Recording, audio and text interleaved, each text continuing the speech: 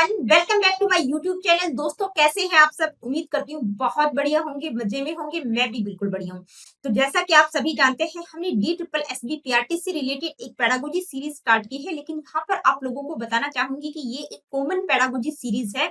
तो जो students BEd MEd education में नेट का प्रिपरेशन कर रहे हैं, इसके अलावा सीटेट एचटेट या किसी अदर स्टेट के टेट के लिए प्रिपरेशन कर रहे हैं, या किसी भी टीचिंग एग्जाम चाहे एनवीएस, केवीएस, ईएमआरएस या किसी अदर टीचिंग एग्जाम की तैयारी कर रहे हैं, तो उन सभी स्टूडेंट्स के लिए ये पेडागोजी सीरीज बहुत ज्यादा हेल्पफुल है।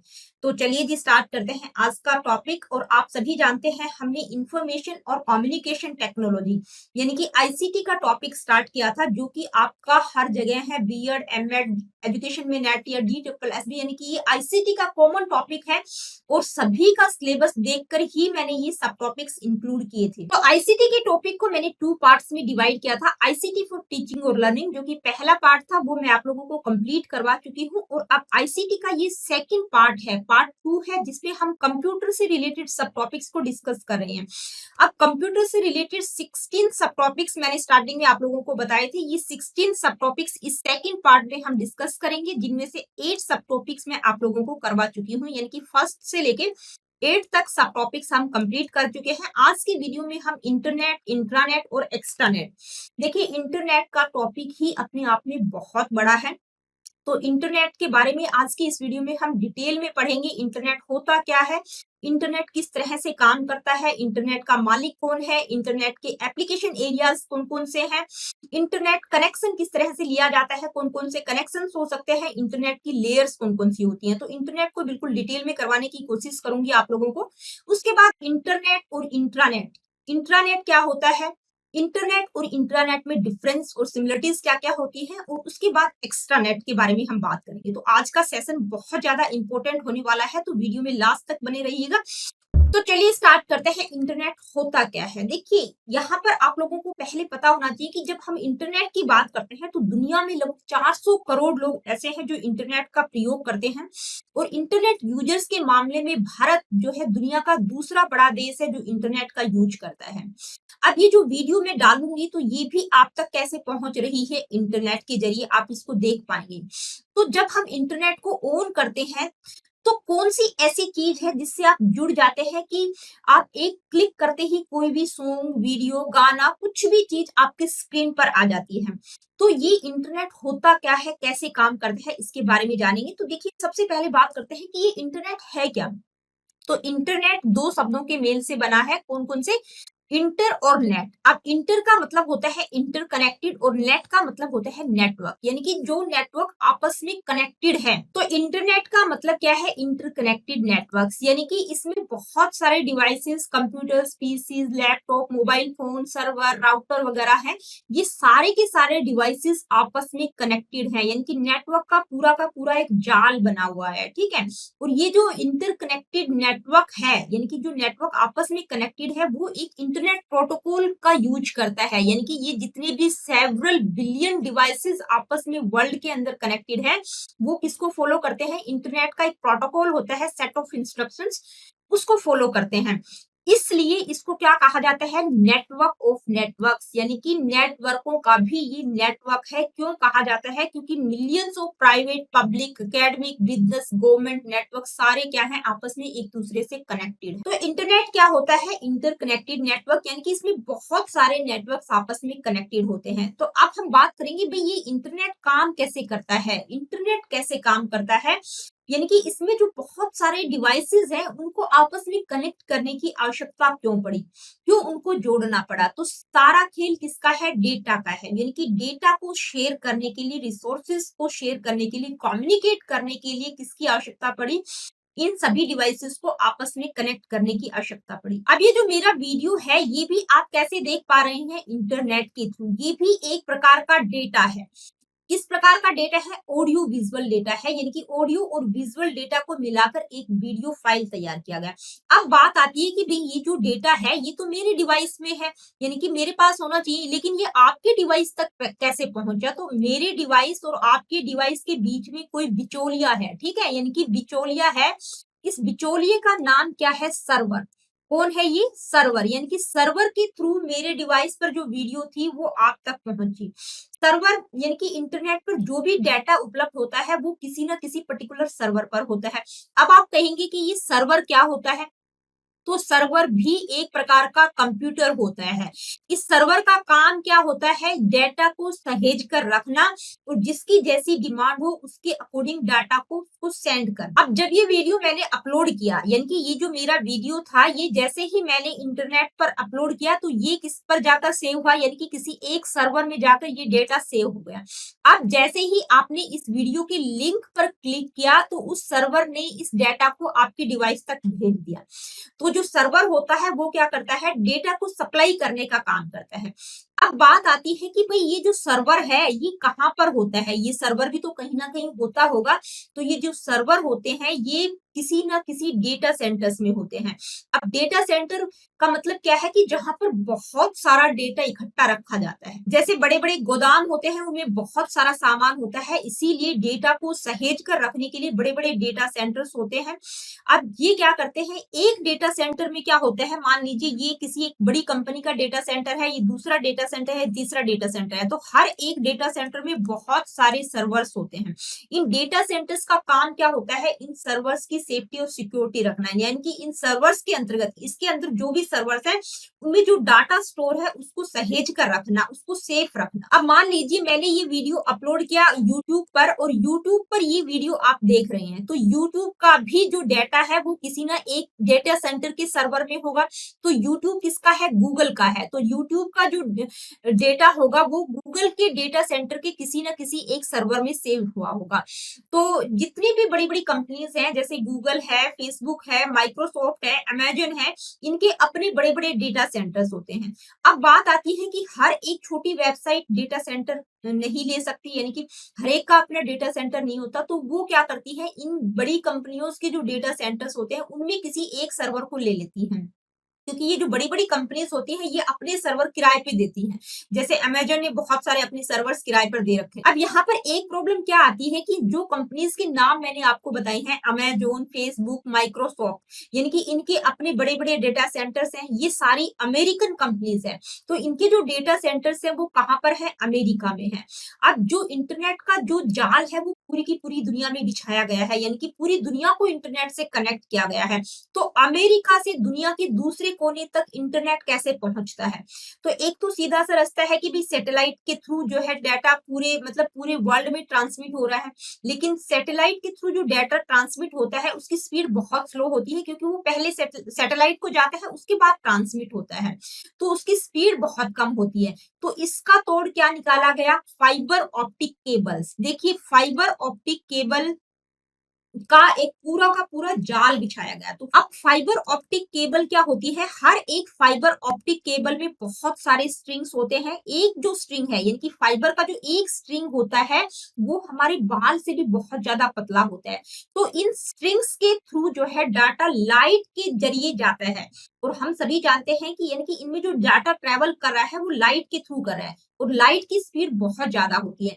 अब ये फाइबर ऑप्टिक केबल होती है, इन पर बहुत सारी यानी कि 3-4 ऊपर से कोटिंग होती है, ताकि जो डाटा अंदर से जाएगा वो बहुत सेफ होता है, सिक्योर होता है। तो जितने भी कॉन्टिनेंट्स हैं यानी कि पूरे वर्ल्ड को इंटरनेट से कनेक्ट करने के लिए, इन सारे कॉन्टिनेंट्स को जोड़ने के लिए इंटरनेट से फाइबर ऑप्टिक केबल्स का जाल बिछाया गया समुद्र के नीचे से।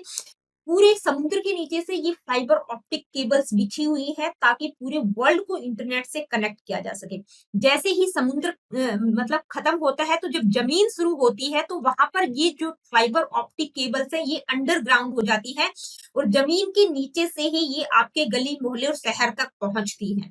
अब आप कहेंगे कि भाई मेरे फोन में तो इस तरह का कोई फाइबर ऑप्टिक केबल नहीं लगा है, तो मेरे डिवाइस तक जो इंटरनेट है वो कैसे पहुंच रहा है? तो ऐसा इसलिए होता है क्योंकि ये जो फाइबर ऑप्टिक केबल्स हैं ये आपके शहर के नियर बाय कोई जो टावर होता है उसके नीचे से कनेक्ट होती हैं, और ये जो टावर होता है इसके थ्रू सिग्नल आपके फोन, मोबाइल, जितने भी डिवाइसेस हैं वहां तक पहुंच रहा है। क्योंकि इसमें जो ये जो टावर होता है इसमें जो सिग्नल जाता है वो मैग्नेटिक वेव्स के थ्रू ट्रेवल कर रहा है। ठीक है, मैग्नेटिक वेव्स की जो स्पीड होती है वो रेडियो वेव से भी बहुत ज्यादा होती है।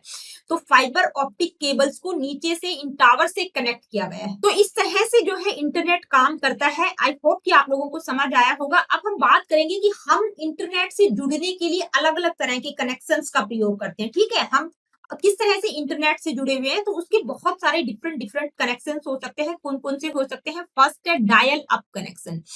डायल अप कनेक्शन की अगर हम बात करें तो आज की डेट में इसका प्रयोग कोई नहीं करता, यानी कि जब इंटरनेट स्टार्ट हुआ था ये इस कनेक्शन लिया जाता था। तो ये जो कनेक्शन है ये टेक्नोलॉजी बहुत ओल्ड है, इसकी स्पीड यानी कि इंटरनेट की स्पीड जो इसमें होती है वो बहुत स्लो होती है। तो डायल अप कनेक्शन क्या होता है? डायल अप कनेक्शन जो है टेम्परेरी कनेक्शन होता है, यानी कि आपके कंप्यूटर और आईएसपी, आईएसपी का मतलब इंटरनेट सर्विस प्रोवाइडर का जो सर्वर है उसके बीच में एक टेम्परेरी कनेक्शन सेटअप किया जाता है।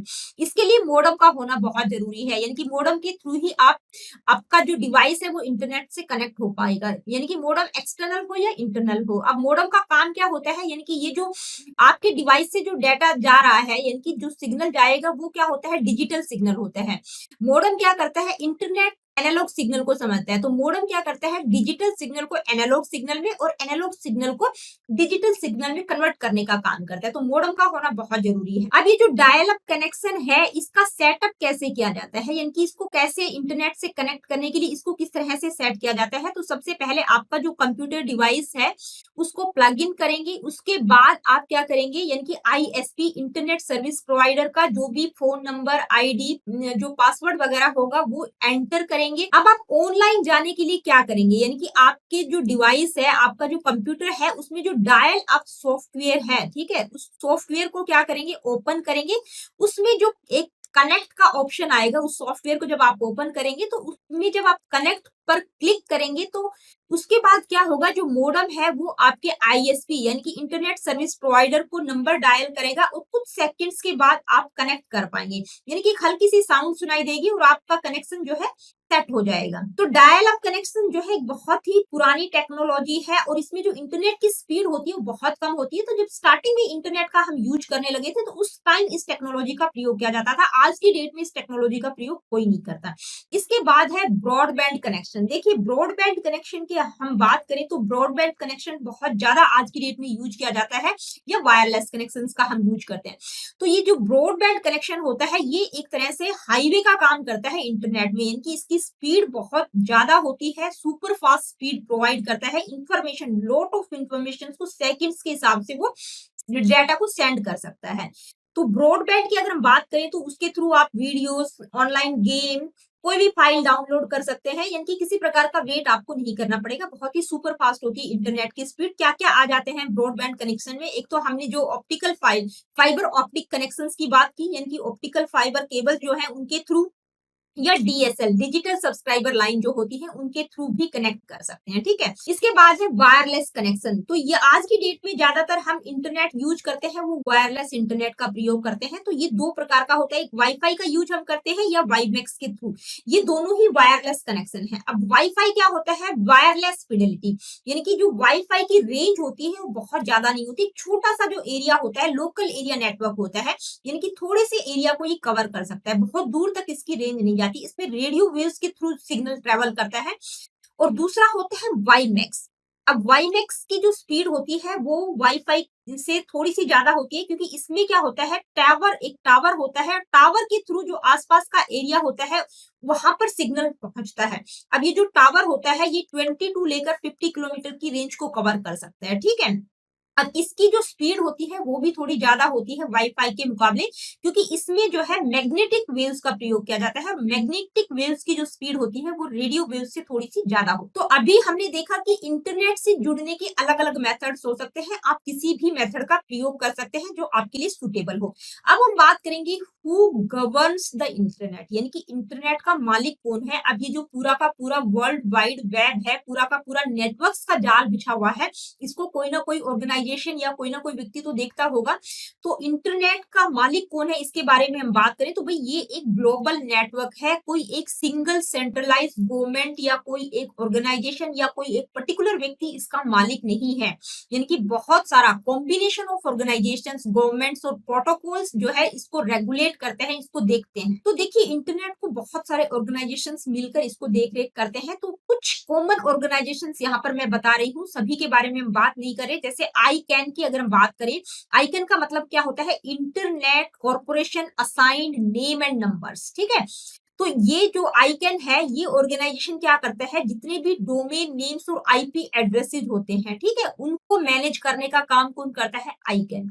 इसके बाद है आरआईआर। आरआईआर का मतलब क्या है, रीजनल इंटरनेट रजिस्ट्रीज। ये क्या करती है, इन मतलब जो स्पेसिफिक रीजन्स है उसमें जो आईपी एड्रेस होते हैं उनको अलॉट करने का काम ये ऑर्गेनाइजेशन करती है। इसके बाद W3C, ये एक ऑर्गेनाइजेशन है। W3 का मतलब है वर्ल्ड वाइड वेब, C का मतलब कंसोर्टियम, ठीक है। तो ये जो ऑर्गेनाइजेशन है ये क्या करता है, यानी कि जो वर्ल्ड वाइड WWW का वेब स्टैंडर्ड क्या होगा उसको डेवलप करने का काम कौन करता है, W3C। नेशनल गवर्नमेंट्स की अगर हम बात करें तो यानी कि अलग अलग देशों की जो गवर्नमेंट्स है उनके देशों में इंटरनेट को किस तरह से रेगुलेट किया जाएगा वो काम कौन करता है, नेशनल गवर्नमेंट्स का होता है। आईएसपी क्या होती है, इंटरनेट सर्विस प्रोवाइडर्स कंपनीज होती हैं, वो क्या करती हैं, इंटरनेट को आप किस तरह से एक्सेस करेंगे, इंटरनेट की सर्विस प्रोवाइड करती हैं, उसको रेगुलेट करने का काम करती हैं। इंटरनेट गवर्नेंस फोरम यानी कि आईजीएफ क्या करता है, इंटरनेट गवर्नेंस इश्यूज को डिस्कस करने का काम, यानी कि कोई किसी इंटरनेट से रिलेटेड अगर कोई इश्यूज है तो उनको डिस्कस करने का काम कौन करता है, आईजीएफ। साइबर सिक्योरिटी ऑर्गेनाइजेशंस क्या करते हैं, इंटरनेट की सेफ्टी और सिक्योरिटी को फोकस करते हैं, इनकी सेफ्टी और सिक्योरिटी का ध्यान कौन रखते हैं, साइबर सिक्योरिटी ऑर्गेनाइजेशन। तो इंटरनेट का कोई एक मालिक नहीं है, बहुत सारे यानी कि कॉम्बिनेशन ऑफ ऑर्गेनाइजेशंस, बहुत सारे ऑर्गेनाइजेशंस मिलकर इसको रेगुलेट करते हैं, इसकी सेफ्टी सिक्योरिटी, इसकी जो भी मतलब इंटरनेट प्रोटोकॉल्स वगैरह का सबका ध्यान डिफरेंट डिफरेंट ऑर्गेनाइजेशंस और नेशनल गवर्नमेंट्स मिलकर करती हैं। आगे बढ़ते हैं, अब हम बात करेंगे लेयर्स ऑफ इंटरनेट। देखिए लेयर्स की अगर हम बात करें तो इंटरनेट की मुख्य रूप से कितनी लेयर्स हैं, 3 लेयर्स होती हैं। कौन कौन सी, पहली जो लेयर है वो है सरफेस, दूसरी है डीप वेब और तीसरी है डार्क। तो सबसे पहले बात करते हैं सरफेस वेब के बारे में, यानी कि वो लेयर जो कि विजिबल होती है। यहाँ पर आप देख पा रहेंगे यानी कि ये जो ऊपर वाला पोर्शन है सरफेस वेब, ये सिर्फ 4% होता है। बाकी डीप वेब और डार्क वेब को मिलाकर अगर हम बात करें तो जो इंटरनेट है ये 96% इंटरनेट होता है जिसको आप एक्सेस नहीं कर सकते। हम जो इंटरनेट यूज करते हैं वो कौन सा होता है, सरफेस वेब, जो कि सिर्फ 4% है, ठीक है। तो सरफेस वेब क्या होती है, यानी कि इंटरनेट का वो पार्ट जो आप नॉर्मल सर्च इंजन गूगल वगैरह के द्वारा, बिंग के द्वारा, यानी कि जो नॉर्मल सर्च इंजन होते हैं उनके थ्रू आप इसको एक्सेस कर सकते हैं। इसमें बहुत सारी website, web page, content, online content वगैरह होते हैं, उसको आप एक्सेस कर सकते हैं, वो पब्लिक के लिए होता है। दूसरी जो लेयर है वो क्या है, डीप वेब। तो डीप वेब की अगर हम बात करें तो इसमें जो कंटेंट होता है वो क्या होता है, यानी कि जो नॉर्मल सर्च इंजन होते हैं उसमें इंडेक्स नहीं होता, उसके थ्रू आप उसको सर्च नहीं कर सकते।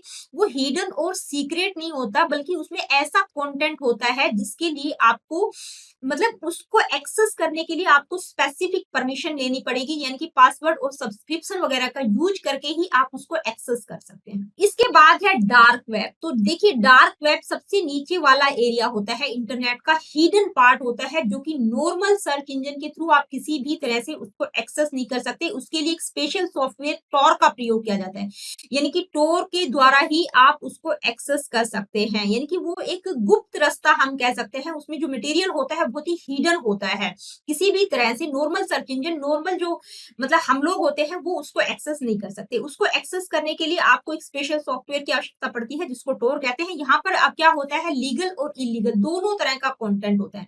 तो ज्यादातर जो डार्क नेट है, डार्क वेब है, उसका प्रयोग इलीगल एक्टिविटीज जितनी भी होती है उनमें जो है डार्क वेब का ही प्रयोग किया जाता है। वो सारी की सारी इलीगल एक्टिविटीज, यानी कि तस्करी हो गया, ह्यूमन बॉडी के जो अंगों को बेचना खरीदना है, या हथियारों का खरीदना बेचना जो होता है, जितने भी इलीगल काम होते हैं वो किसके थ्रू होते हैं, डार्क वेब के। तो इंटरनेट के बारे में हम बात करें तो इंटरनेट का जो सिर्फ ऊपर वाला 4% पोर्शन होता है, यानी कि जो सरफेस वेब होती है उसी को हम लोग एक्सेस कर सकते हैं, जबकि इंटरनेट बहुत ब्रॉड होता है, 96% इंटरनेट को हम एक्सेस ही नहीं कर सकते। इसके बाद आगे बढ़ते हैं, अब हम बात करेंगे एप्लीकेशन ऑफ इंटरनेट, यानी कि इंटरनेट का प्रयोग कहाँ कहाँ किया जा सकता है।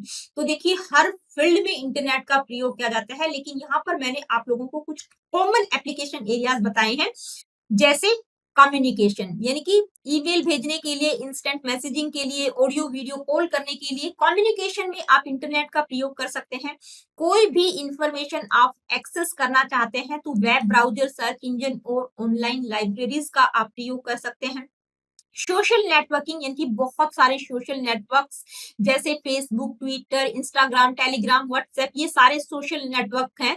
तो किसी पर भी आप कनेक्ट कर सकते हैं, कोई भी इंफॉर्मेशन आप शेयर कर सकते हैं इन सोशल नेटवर्क्स के थ्रू। इंटरटेनमेंट के लिए, यानी कि आपको कोई स्ट्रीम वगैरह करनी है, ऑनलाइन गेम खेलना है या कुछ कंटेंट शेयर करना है, तो क्या कर सकते हैं, इंटरनेट के लिए भी हम कोई भी वीडियो वगैरह, मूवी वगैरह देखने के लिए भी हम क्या करते हैं, इंटरनेट का प्रयोग करते हैं। ई कॉमर्स, यानी कि online shopping, digital payment, market place वगैरह के लिए भी, यानी कि ई कॉमर्स में भी इंटरनेट का प्रयोग किया जाता है। एजुकेशन और ई लर्निंग, यानी कि आज की डेट में तो ज्यादातर क्या हो रहा है कि भाई ई लर्निंग की हम बात करते हैं, ठीक है।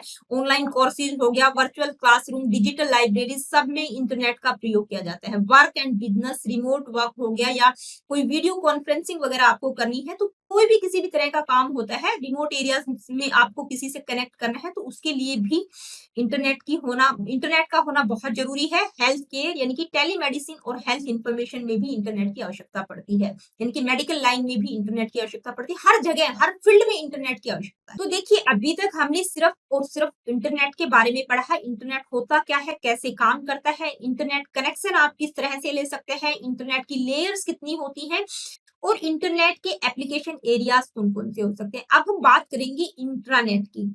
तो ये इंट्रानेट क्या होता है, इंट्रानेट क्या होता है, यानी कि किसी एक पर्टिकुलर ऑर्गेनाइजेशन का अपना प्राइवेट नेटवर्क होता है। मान लीजिए कोई यूनिवर्सिटी कैंपस है या कोई एक कंपनी है, तो उस कंपनी का अपना प्राइवेट नेटवर्क है।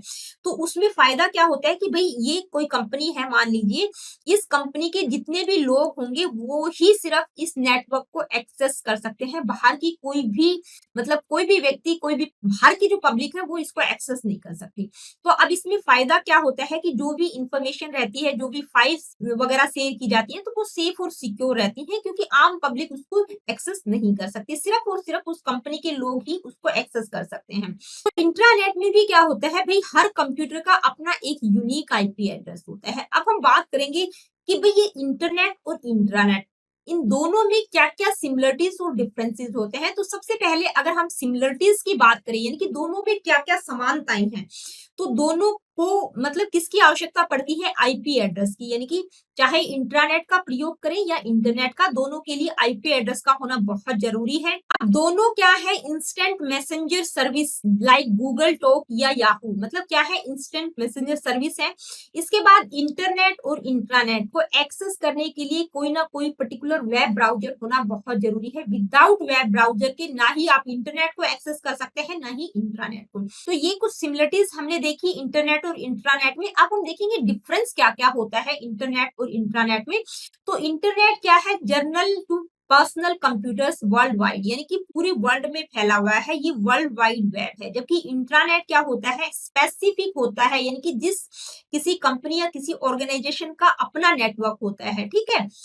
इंटरनेट क्या करता है, बेटर और wider access to websites to a large population, यानी कि पब्लिक, आम पब्लिक कोई भी इसको एक्सेस कर सकती है। लेकिन इंट्रानेट क्या होता है, रिस्ट्रिक्टेड होता है। मान लीजिए भाई ये कोई कंपनी है, तो इसका इंट्रानेट है, इसका अपना नेटवर्क है, तो सिर्फ उस कंपनी के लोग ही उसको एक्सेस कर सकते हैं।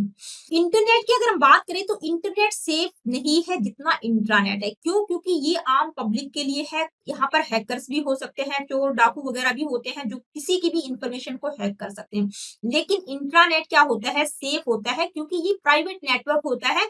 जिस ऑर्गेनाइजेशन का होता है उस ऑर्गेनाइजेशन के लोग ही उसको एक्सेस कर सकते हैं। तो ये अभी हमने देखा इंटरनेट और इंट्रानेट में क्या क्या सिमिलरिटीज और डिफरेंसेस होते हैं। अब एक और टर्म एक्स्ट्रानेट के बारे में हम बात करेंगे। देखिए एक्स्ट्रानेट क्या होता है, ये भी क्या होता है, इंट्रानेट की तरह ही होता है। अब इंट्रानेट में क्या होता है, यानी कि इंट्रानेट क्या होता है, एक प्राइवेट नेटवर्क होता है, यानी कि जिस भी किसी पर्टिकुलर ऑर्गेनाइजेशन का वो नेटवर्क है, मान लीजिए कोई यूनिवर्सिटी कैंपस है या कोई कंपनी है, तो सिर्फ उस कंपनी के लोग ही इसको एक्सेस कर सकते हैं, इस नेटवर्क को यूज कर सकते हैं। लेकिन एक्स्ट्रा नेट में क्या होता है, यानी कि ये जो इंट्रानेट है, इस ऑर्गेनाइजेशन में कुछ और लोगों को भी शामिल कर लिया जाता है, जैसे ताकि रिसोर्सेज वगैरह को शेयर किया जा सके, जैसे business partner, suppliers, customer, stakeholders, इन कुछ लोगों को, ताकि बिजनेस वगैरह प्रॉपर तरीके से किया जा सके। तो जब बाहर के लोगों को शामिल कर लिया जाता है तो वो क्या कहलाता है, वो एक्स्ट्रा नेट कहलाता है। एक्स्ट्रा नेट के क्या क्या फीचर्स हो सकते हैं, यानी कि ये क्या करते हैं, controlled access. Extra net limited access for external users, यानी कि इंट्रानेट, यानी कि ये कोई कंपनी है, ये कोई ऑर्गेनाइजेशन है, इसमें कुछ बाहर के लोगों को भी जो शामिल किया है, तो उनके लिए सिर्फ कंट्रोल्ड एक्सेस होता है, सिर्फ लिमिटेड एक्सेस वो कर सकते हैं। इसके बाद है प्राइवेसी और सिक्योरिटी को मेंटेन करता है, यानी कि इसमें इंक्रिप्शन और ऑथेंटिक मेथड्स का प्रयोग किया जाता है, जो सेंसिटिव डाटा वगैरह होता है उसको स्टोर करने के लिए। कोलैबोरेशन को फैसिलिटेट करता है, यानी कि टीम वर्क, रिसोर्स शेयरिंग वगैरह को फैसिलिटेट करता है। इसके थ्रू क्या कर सकते हैं, यानी कि बाहर के लोगों को भी इसमें शामिल किया गया है, तो आप कोलैबोरेट करके काम कर सकते हैं। सप्लाई चेन को मैनेज करता है, यानी कि सप्लायर्स एक्सेसिंग इन्वेंट्री डाटा, जो बाहर के लोग इसमें शामिल किए गए हैं, जैसे सप्लायर्स हैं, जो कस्टमर्स हैं, स्टेक होल्डर्स हैं, वो सिर्फ इन्वेंट्री डाटा को ही एक्सेस कर सकते हैं, यानी कि डिलीवरी प्लान वगैरह क्या रहेगा, कितना स्टॉक वगैरह है, जो उनसे रिलेटेड डाटा है, सिर्फ उसको वो एक्सेस कर सकते हैं। एफिशिएंट कम्युनिकेशन, यानी कि इसमें जो कम्युनिकेशन होता है वो रियल टाइम अपडेट रहता है और डॉक्यूमेंट शेयर वगैरह आप इफेक्टिवली कर सकते हैं। इसके बाद है कस्टमर पोर्टल्स। तो देखिए बहुत सारी कंपनीज क्या करती हैं, कस्टमर पोर्टल्स ऑफर करती हैं, यानी कि जो कस्टमर्स होते हैं उस कंपनी के, मान लीजिए ये कोई कंपनी है, तो इसके जो कस्टमर हैं वो अपने अकाउंट वगैरह को एक्सेस कर सकते हैं, अकाउंट हिस्ट्री, पेमेंट वगैरह को वो एक्सेस कर सकते हैं। जैसे ऑनलाइन बैंकिंग, यानी कि जो कुछ बैंक होते हैं जो ऑनलाइन बैंकिंग पोर्टल होते हैं जिनके, तो वो ऑनलाइन बैंकिंग पोर्टल क्या है, एक एक्स्ट्रा नेट है उसके कस्टमर्स के लिए। यानी कि किसी भी कोई बैंक है, इसका जब ऑनलाइन पोर्टल होता है तो उस बैंक के जो कस्टमर्स होते हैं, तो उसका कुछ मतलब पोर्शन जो उन कस्टमर से रिलेटेड होता है उसको वो एक्सेस कर सकते हैं, जैसे अपना अकाउंट हिस्ट्री, पेमेंट वगैरह का काम वो कर सकते हैं। तो दोस्तों आज की वीडियो में इतना ही। आज की वीडियो में हमने इंटरनेट, इंट्रानेट और एक्स्ट्रा नेट के बारे में पढ़ा। इंटरनेट को मैंने कोशिश की है कि थोड़ा सा डिटेल में आप लोगों को करवा सकूं। तो देखिए वीडियो सेशंस अगर आप लोगों को अच्छे लगते हैं तो आप लाइक, शेयर और सब्सक्राइब कर सकते हैं। किसी प्रकार का क्वेश्चन, क्वेरीज, फीडबैक आप मुझे देना चाहते हैं, कमेंट करके आप मुझे बता सकते हैं। कमेंट आप बिल्कुल नहीं करते हैं तो कमेंट करके जरूर बताया। और अगली वीडियो में इसी सीरीज का, यानी कि आईसीटी का जो पार्ट 2 हम डिस्कस कर रहे हैं, कंप्यूटर से रिलेटेड है, उसी का एक और सब टॉपिक हम डिस्कस करेंगे। तो मिलती हूँ आप लोगों से अपनी अगली वीडियो में। Really good, take care of yourself.